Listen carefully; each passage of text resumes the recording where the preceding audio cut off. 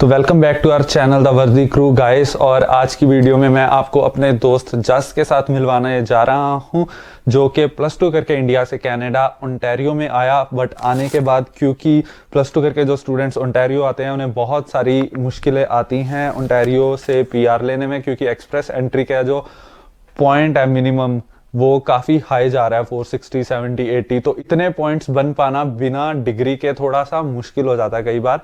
तो आप लोगों को LMIA पर पैसे ना वेस्ट करने पड़े, तो आज की वीडियो में मेरा दोस्त जस, जो कि +2 करके ही कनाडा आया था, वो क्यों दूसरी प्रोविंस में मूव हुआ, कौन सी प्रोविंस में हुआ और वहां पर पीआर का क्या प्रोसेस है, वो सारा आज की वीडियो में डिस्कस करेंगे। तो चलिए ज़्यादा वेट ना करते हुए हम करते हैं इंटरव्यू स्टार्ट।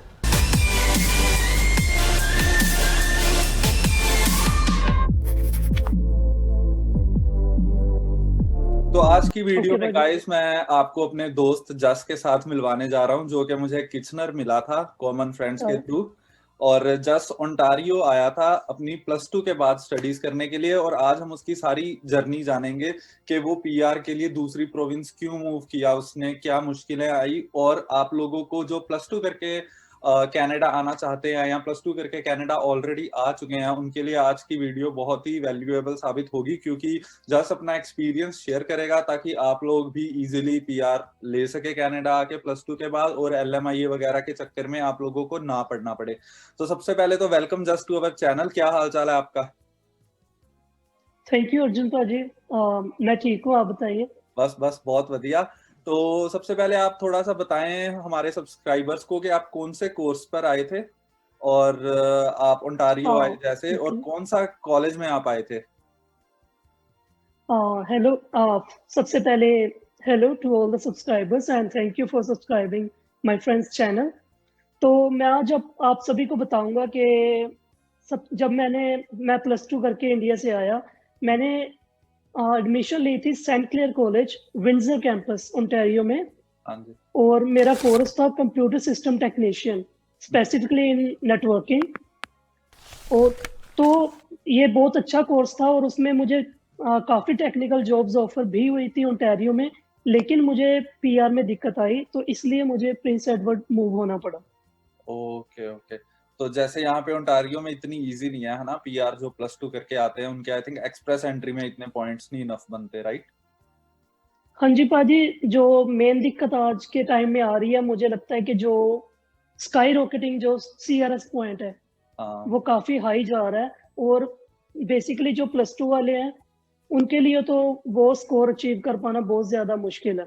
हाँ जी, क्योंकि मेरे बहुत सारे सब्सक्राइबर्स जो +2 करके कनाडा आते हैं वो पूछते हैं कि क्या बेस्ट वे है उनकी पीआर के लिए, क्योंकि पॉइंट्स नहीं बन रहे। तो आपने जो रूट चूज किया, आपने प्रोविंस चेंज की और आप गए प्रिंस एडवर्ड आइलैंड। तो मैं जी। थोड़ा सा जानना चाहता हूँ आपने वही प्रोविंस क्यों चूज की? देखो पाजी, बीइंग अटलांटिक प्रोविंस, इधर जो अटलांटिक प्रोविंसेस हैं इनमें PNP और PR अदर प्रोविंसेस के मुकाबले काफ़ी इजी है। हम्म, क्योंकि काफ़ी रीज़न हो सकते हैं, क्योंकि यहाँ पे पॉपुलेशन डेंसिटी कम है, हम्म, यहाँ पे हाई टैक्स रेट्स ज़्यादा है, टैक्स रेट्स ज़्यादा है, जॉब्स कम है, लोग कम यहाँ पे रिजाइड करना चाहते हैं। और इसलिए ये अपनी और पॉपुलेशन बढ़ाने के लिए, अटलांटिक प्रोविंसेस को डेवलप करने के लिए इमिग्रेंट्स को अपनी ओर अट्रैक्ट कर रहे हैं, ताकि वो इजीली पीआर ले पाएं जो अदर प्रोविंसेस में एलिजिबल नहीं हो पा रहे। तो इसीलिए मैंने प्रिंस एडवर्ड चूज किया। और अटलांटिक प्रोविंसेस में प्रिंस एडवर्ड आइलैंड ही क्यों चूज किया, इसके बारे में आपको बताऊंगा कि प्रिंस एडवर्ड आइलैंड एक ऐसा, मैं बोल सकता हूँ कि प्रोविंस है पूरे कनाडा में, जो आपको with in 6 months PNP provide कर देता है, बेशक आप D कैटेगरी और या C कैटेगरी में जॉब कर रहे हैं। बहुत ही ये तो सही बात है कि जैसे आई थिंक यहाँ पर स्किल OAB वालों को ही जिनका होता है, उन उन हाँ जी, हाँ कैटेगरी जी। में NOC हो, उसी में ओंटारियो में मिलती है। तो ये बहुत ही यूजफुल इंफॉर्मेशन है कि अगर आप स्किल लेवल C और D में भी हो, जैसे इवन आई थिंक फैक्ट्री में भी काम कर रहे हो, राइट? जी, तो अगर आपको आप फैक्ट्री वर्कर भी हो, एज अ जनरल लेबर भी काम कर रहे हो, तो हाँ आपको भी क्रिटिकल वर्कर में कंसीडर किया जाएगा। और आपको भी 6 मंथ्स के बाद, अगर आपका एम्प्लॉय डेजिग्नेटेड है, ओके तो आपको कंसीडर कर लिया जाएगा प्रोविंशियल नॉमिनेशन के लिए। ओके, तो जैसे कि ये जो प्रोविंस है ये छोटी है और वहाँ पर जॉब मार्केट भी इतनी ज़्यादा नहीं है, तो जैसे आप मूव किए तो आपको कोई प्रॉब्लम्स, कोई इश्यूज़ आए जॉब ढूँढने में या कितना टाइम लगा आपको जॉब फाइंड अ, करने में? जी जी, थोड़ी दिक्कत आती है हर जगह जब हम नई जगह पे जाते हैं, वहाँ पे यूज़्ड टू होते हैं, हुँ, हुँ, तो काफ़ी दिक्कतें आती हैं। जैसे कि मुझे सबसे पहले दिक्कत तो ये आई कि मेरे पास कार नहीं थी हुँ, हुँ, और जिस किसी एम्प्लॉयर के पास मैं जाता था, मुझे जॉब अपने घर से काफ़ी दूर मिलती थी। हुँ, हुँ, तो मुझे इस बात की बहुत ज़्यादा दिक्कत आई। लेकिन मुझे जैसे कि बताया जाता है कि बहुत ज़्यादा टाइम लगता है, यहाँ पे जॉब्स नहीं है, एम्प्लॉयर को पैसे देने पड़ते हैं या लॉयर हायर करना पड़ता है। ऐसा कुछ नहीं है। मैं यहाँ पे आया था अगस्त 24th को। ओके, मैं क्वारंटाइन करके हैलिफैक्स में हाँ, यहाँ पे आया था अगस्त 24th को ओके, और आई गेस सितंबर 16th को मैंने पहली शिफ्ट लगा ली थी। Within 3 weeks I can say. तो इतना बुरा भी नहीं है, इतना टाइम तो नहीं, लोगों इतना को बुरा पहुँचने नहीं में है। भी लग ही जाता है। हाँ जी, हाँ। हाँ, और आई गेस इतना टाइम तो ओंटारियो में भी लगता है बाजी। ओंटारियो मैंने में। 3 साल सॉरी वहाँ पे स्पेंड किए और जब जो भी मैंने जॉब्स ढूँढी, महीने के पहले तो कहीं भी जॉब नहीं मिलती। तो अभी आपका करंटली जॉब टाइटल क्या है वहाँ पर एग्ज़ैक्ट? करंटली जॉब टाइटल है पाजी मेरा professional meat cutter. Okay, professional meat cutter, तो आप फैक्ट्री में करंटली काम कर रहे हो और जी। वहाँ से भी पीआर हो जाएगा। जी, हाँ जी पाजी।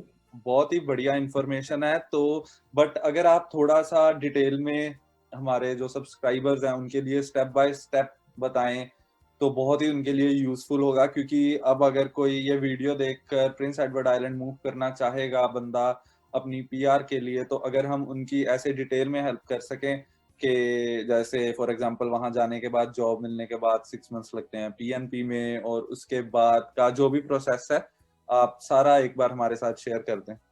जी पाजी, मैं आपको डिटेल्स में बताता हूँ इस बारे में। काफ़ी नेक विचार है कि हम दूसरे लोगों की जो जिन्हें प्रॉब्लम्स आती हैं ओंटारियो में पीआर लेने के लिए या जो जॉब्स ढूँढने में जिन्हें प्रॉब्लम आती है, उनके लिए काफ़ी वैल्यूएबल वीडियो और इन्फॉर्मेशन हो सकती है। हुँ, तो सबसे पहले मैं बताना चाहूँगा कि यहाँ पे किसी भी कैटेगरी में आप पीआर के लिए एलिजिबल हो सकते हो। फॉर एग्ज़ाम्पल डज़न्ट मैटर आप ए कैटेगरी की जॉब कर रहे हो, बी, सी या डी। हुँ, सबसे पहले हम बात करेंगे जो प्लस 2 वाले यहाँ पे आते हैं, क्योंकि सभी प्लस 2 वाले ही आते हैं mostly, hmm, hmm, mostly I can say. और सी और डी की बात करेंगे पाजी पहले। सी और डी के लिए क्या प्रोसीजर है कि आपको कोई भी डेज़िग्नेटेड एम्प्लॉयी ढूँढना है जो आपको डॉक्यूमेंट्स प्रोवाइड करे जो कि आपको पीएनपी फाइल में सबमिट करवाने होते हैं पीएनपी ऑफिस में। हुँ, सबसे पहले आपको यहाँ पे आके जॉब ढूँढनी है सी या डी की और उसके बाद आपको 6 मंथ्स का फुल टाइम वर्क एक्सपीरियंस चाहिए हुँ, और उसके बाद जब आपके 6 मंथ्स कंप्लीट हो जाएँ, आप इंटरेस्ट जो नॉमिनेशन के लिए है वो सबमिट कर सकते हो और आपका ड्रॉ में नेम आने के बाद आप पीएनपी फाइल कर सकते हो। ओके, और जो आज की तारीख में टाइम लग रहा है पीएनपी अप्रूवल में, वो 1.5 से 2 महीना लग रहा है बिकॉज़ कोविड की वजह से सारा सिस्टम स्लो चल रहा है। इसकी वजह से 2 महीने तो मिनिमम लग ही रहे हैं पीएनपी अप्रूवल में। हुँ, हुँ, और पीएनपी की रिक्वायरमेंट्स जो 6 मंथ्स एक्सपीरियंस के अलावा है, वो मैं आपको बताता हूँ। पहली रिक्वायरमेंट है कि आपकी एज 18 टू 59 होनी चाहिए, हुँ, हुँ, विदिन 18 इयर्स ओल्डर और यंगर देन 59। हुँ, और दूसरी आईएलटीएस की रिक्वायरमेंट है सीएलबी 4। आपके मिनिमम 4 बैंड्स ईच होने चाहिए, तो आप एलिजिबल हो सकते हो। हुँ, आपके पास एट लीस्ट सेकेंडरी स्कूल और कॉलेज डिप्लोमा होना चाहिए एट लीस्ट। हुँ, और ये छोटी-छोटी सी रिक्वायरमेंट्स है जो कि हर international students I think qualify कर सकता है, जो कि प्लस 2 करके आते हैं। 6 months work experience, 4 bands each, 4 and half overall हो तो बहुत अच्छा है। और इसकी छोटी सी एक फीस है $300 आई गेस। हुँ, और $300 आपको चार्ज होते हैं जब आपकी पीएनपी अप्रूव हो जाती है। और एक बार आपको पीएनपी मिल जाए, उसके बाद आप द वेरी नेक्स्ट डे आप फेडरल अप्लाई कर सकते हैं, पेपर बेस्ड पीआर फाइलिंग जो हम कहते हैं। हाँ, तो हम उसके लिए फाइल अप्लाई कर सकते हैं। आज के टाइम में जो कोविड की वजह से फाइल को अप्रूवल, पीआर अप्रूवल में 8 से 12 महीने लगते हैं generally, okay. As per the website. हाँ जी। बट कोविड की वजह से पेपर फाइलिंग बहुत ज़्यादा स्लो हो गई है। बहुत सारे ऑफिसर्स हैं जो कोविड की वजह से ऑफिस में नहीं जा रहे, तो फाइलिंग थोड़ी स्लो हो गई है। उसकी वजह से आज के टाइम में 18 टू 20 मंथ्स का टाइम लग रहा है। ओ, और शायद उम्मीद है कि आने वाले टाइम में जब ये पैंडेमिक थोड़ा सही हो जाए, हमें सोल्यूशन मिल जाए, तो उसके बाद हो सकता है कि पीआर का प्रोसेस काफी ज्यादा बेटर हो सकता है और फास्ट हो सकता है। तो टाइम थोड़ा ज्यादा लग रहा है, बट फिर भी आई थिंक ये मच बेटर है कंपेयर टू के कोई स्टूडेंट +2 के बाद ओंटारियो में रह रहा है स्टडी के बाद, और वहां पे LMIA के काफी ज्यादा पैसे दे रहा है, 15-20-25 हज़ार जी डॉलर, राइट? जी पाजी, ये बहुत ज्यादा बेटर ऑप्शन है +2 वालों के लिए, क्योंकि जो अगर मैंने एक चीज नोटिस की है ओंटारियो में, कि ओंटारियो में जब पीएनपी निकलती है तो विद इन अ वीक वो रूल चेंज हो जाते हैं। सभी लोग नहीं क्वालिफाई कर पाते, या सभी लोगों को फाइलिंग का टाइम नहीं मिलता। वो जितने टाइम में वो डॉक्यूमेंट्स अपने अरेंज करते हैं, फाइल अरेंज करते हैं, तब तक रूल चेंज हो जाते हैं। मेरे फ्रेंड के साथ ऐसा हुआ। वो ट्रक ड्राइवर था और थोड़े टाइम के लिए ट्रकिंग में पीएनपीज ओपन हुई थी और उसके बाद फिर बंद हो गई, और उसे यहाँ पे आना पड़ा। और पाजी एक इम्पोर्टेंट बात और बताना चाहता हूँ मैं। जब आप यहाँ पे पीएनपी फाइलिंग कर रहे हो, at the time of filing PNP, आपका 2 महीने का वर्क परमिट बचा होना चाहिए। अगर आपका वर्क परमिट 2 महीने का होगा और आपको पीएनपी ऑफिसर अपने आप ही एक सपोर्ट लेटर भेज देगा, जिससे आपका वर्क परमिट एक्सटेंड हो जाएगा। और उसमें फाइल सॉरी तो क्योंकि इतना ज्यादा टाइम लगता है, 18 से 20 महीने जैसे हमने बात की, तो फिर अगर हमारा वर्क वीजा एक्सपायर होने में सिर्फ हमें 2 मंथ्स चाहिए, अगर हमारे पास मिनिमम 2 मंथ्स है तो हमारा वो वर्क वीजा जो है वो एक्सटेंड हो जाएगा, आप कह रहे हो, राइट? जी पाजी, उसमें एक कंडीशन है कि एट द टाइम ऑफ जब अपना एक्सपीरियंस पूरा होगा, हाँ जी। हम पीएनपी फाइलिंग कर रहे हैं, उस टाइम पे अपना 2 महीने का वर्क परमिट एटलीस्ट 2 महीने का होना चाहिए, ताकि जो एम्प्लॉयर है उसके बाद हमें सपोर्ट लेटर आएगा और पीएनपी आएगी। वो दोनों चीजें हमें सपोर्ट लेटर और पीएनपी अपने एम्प्लॉयर को दे देनी है। अपना एम्प्लॉयर फिर हमारा वर्क परमिट एक्सटेंड करवाने के लिए एप्लीकेशन सबमिट करेगा ऑफिस में, और उसके बाद हमें पाजी ओपन वर्क परमिट नहीं मिलेगा। वर्क परमिट लेकिन हमारा क्लोज्ड होगा, और हमें उसी एम्प्लॉयर के साथ बाउंड रहना पड़ेगा जब तक हमारी पीआर अप्रूव नहीं हो जाती। तो चलो 15-18 महीने की बात है, अगर रहना भी पड़े तो कोई इतना बड़ा इशू वाली बात हाँ जी पाजी, नहीं। लेकिन मैं सजेस्ट यही करूंगा कि जल्दी से जल्दी, जैसे ही हमारा वर्क परमिट अप्रूव होता है, हम जल्दी से जल्दी मूव हो जाएं, क्योंकि हो सकता है, क्योंकि ऐसा हुआ है कभी कई केसेस में कि रूल चेंज हो जाएं और हमें इमीडिएटली कहीं और रश करना पड़े या कहीं और प्रोविंस चेंज करना पड़े। क्योंकि मेरे फ्रेंड के साथ ऐसा हुआ था। वो पहले अल्बर्टा में था, उसने पीएनपी वगैरह फाइलिंग करनी थी, लेकिन वहाँ पे रूल चेंज हो गए। उसके पास 1 साल का वर्क परमिट बचा था, वो इधर आ गया। उसे जॉब ढूंढने में टाइम लगा थोड़ा, लेकिन लकीली उसकी पीएनपी भी आ गई और सपोर्ट लेटर भी आ गया, और उसे लकीली क्लोज वर्क परमिट भी प्रोवाइड हो गया है। तो जैसे जस्ट हम अभी स्किल लेवल C और D की बात कर रहे थे, तो अगर किसी को स्किल लेवल B में जॉब मिलती है, जैसे IT डिपार्टमेंट या क्वालिटी एश्योरेंस वगैरह QA की, तो उनका भी प्रोसीजर सेम है या उनका थोड़ा डिफरेंट है प्रोसीजर?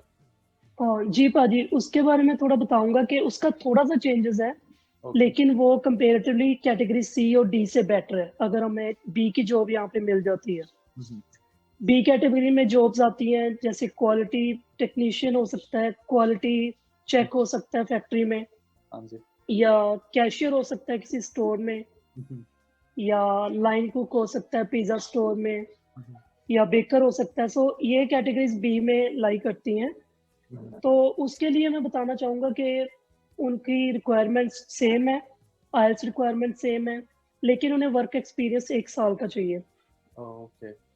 1 साल का वर्क एक्सपीरियंस पूरा होते ही वो पीएनपी अप्लाई कर सकते हैं, और पीएनपी अप्रूवल के बाद वो अपनी जो, और उसके बाद वो एक्सप्रेस एंट्री के लिए एलिजिबल हो जाते हैं।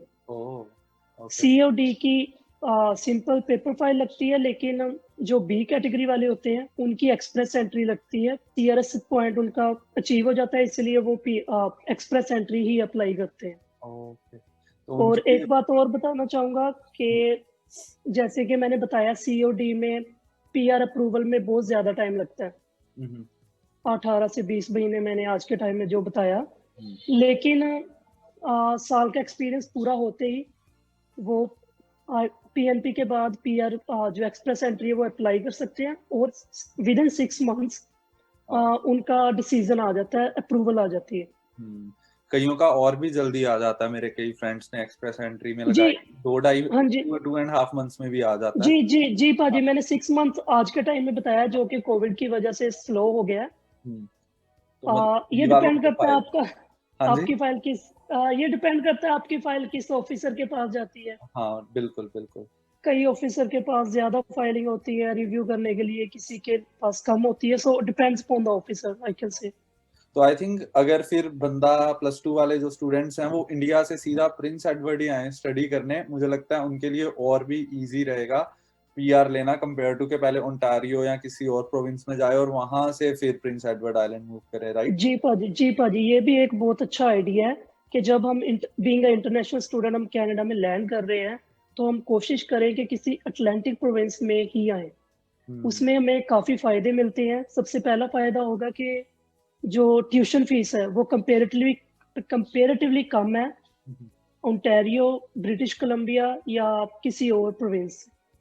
और इसके अलावा वहाँ का लाइफस्टाइल वगैरह कैसे है कंपेयर टू ओंटारियो? वहाँ पे पॉपुलेशन कितनी कम ज्यादा है, या इंडियंस जैसे फ्रेंड्स वगैरह मतलब काफी हैं वहाँ पर भी ओंटारियो की तरह? जी जी जी पाजी, यहाँ पे भी सारा ओंटारियो की तरह है। काफी इंडियन लोग यहाँ पे रहते हैं, इंडियन रेस्टोरेंट्स भी अब तो ओपन होने लगे हैं। ओके। काफी इंडियन लोग हैं यहाँ पे, हाँ जी। और मोस्टली +2 वाले यंग लोग यहाँ पे इंडियन जो है ज्यादा है। और यहाँ पे फैमिलीज बहुत कम है जो इंडियन फैमिलीज, लेकिन है यहाँ पे। और दूसरी बात, यहाँ पे रियल इस्टेट घर वगैरह वो शायद सस्ते हैं एज कम्पेयर टू ओंटारियो। लेकिन यहाँ पे थोड़ा अलग है, ओंटारियो जैसे काफी डेवलप्ड है, ये प्रोविंसेस थोड़ी इतनी डेंस पॉपुलेटेड नहीं है। और यहाँ पे दूसरी बात, अगर कोई चाहवान है जिन्हें एक्सप्लोर करने का ज्यादा शौक है, नई नई जगह घूमने का, उनके लिए ये जगह मैं बोलूंगा कि हेवन है एक चीज। तो थैंक यू सो मच जस अपने टाइम के लिए। मुझे लगता है काफी जी सारी इंपॉर्टेंट और यूजफुल इंफॉर्मेशन हमने आपसे ले ली है हमारे जी सब्सक्राइबर पाजी, के लिए, और जी उनकी पाजी, काफी हेल्प होने वाली है। तो जी पाजी, मिलते हैं जल्दी ही। हाँ जी पाजी। ओके पाजी, thank you and good luck for your channel. हाँ जी, थैंक यू। और थैंक यू जो भी आप इंफॉर्मेशन प्रोवाइड करते हो, मैंने भी आपकी काफी वीडियोस देखी, और big thumbs up for you. Thank you. Okay पाजी, थैंक यू। Thank you.